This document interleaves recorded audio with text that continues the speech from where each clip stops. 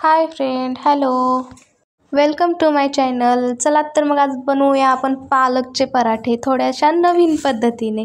तुम्हाला नक्की आवडेल. याच्यामध्ये मी टाकलेला आहे कांदा, टोमॅटो, गाजर आणि बटॅटो.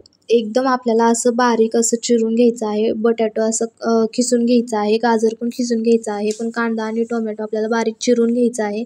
आणि इथं बघा मी स्वच्छ असं धुवून पालक ठेवलेली आहे. आणि तिथं आपल्याला जे पराठ्यासाठी पीठ लागणार आहे ते आपण पालकनुसार घ्यायचं आहे. थोडंसं कमीच घ्यायचं आहे.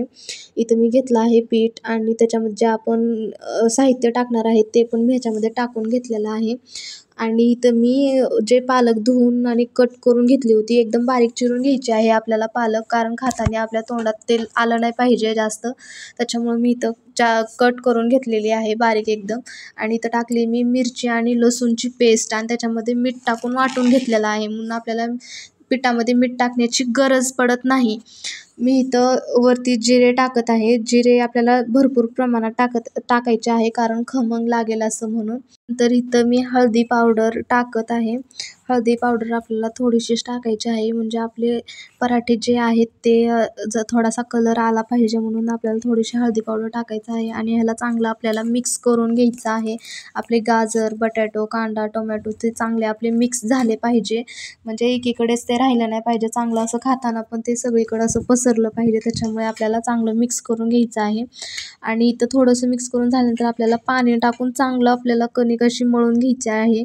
पण आपल्याला ह्याला पातळ ठेवायचं आहे, घट्ट नाही करायचं आहे, कारण आपल्याला ह्याला थापटून करायचं आहे कपड्यावरती.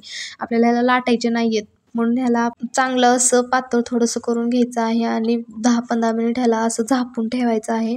इथं बघू शकता, इथं ठेवले होते मी, कारण ते कणिक भिजल्यानंतर पराठे चांगले होतात. आणि आपण इथं कपडा घेतलेला आहे आणि पाणी पण घेतलेलं आहे. थोडंसं पाणी लावूनच आपल्याला गोळे बनवायचे आहेत आणि थापटायचं पण आहे. म्हणून इथं मी आपल्याला जेवढं लागतं पराठ्यासाठी तेवढं घेतलेलं आहे आणि इथं मी थापटत आहे. आपल्याला हे पसरण्यासाठी आपल्याला थोडासा पाण्याचा वापर करावा लागेल, म्हणजे आपल्या हाताला चिटकू पण नाही आणि पराठे चांगले उमटले पण पाहिजे. त्याच्यामुळे मी इथं पाणी लावून थापटत आहे. आणि इथं बघू शकता मी तवा गरम करायला ठेवला आहे. त्याच्यावरती आपल्याला तेल टाकून घ्यायचं आहे. तेल टाकल्यानंतर आपले पराठे जे आहेत ते चिटकणार नाही तव्याला, त्याच्यामुळे आपल्याला ते तेल टाकून घ्यायचं आहे. आणि तेल टाकून झाल्यानंतर आपला इथं पराठा पण थापटून झालेला आहे. एक वेळेस ह्याला पाणीने आपल्याला सेट करून घ्यायचं आहे, म्हणजे कोणाला जाड लागतं कोणाला पातळ लागतं त्याच्याप्रमाणे आपण पराठा थापटू शकतो. आणि खूप सोपं आहे हे थापटणं करणं.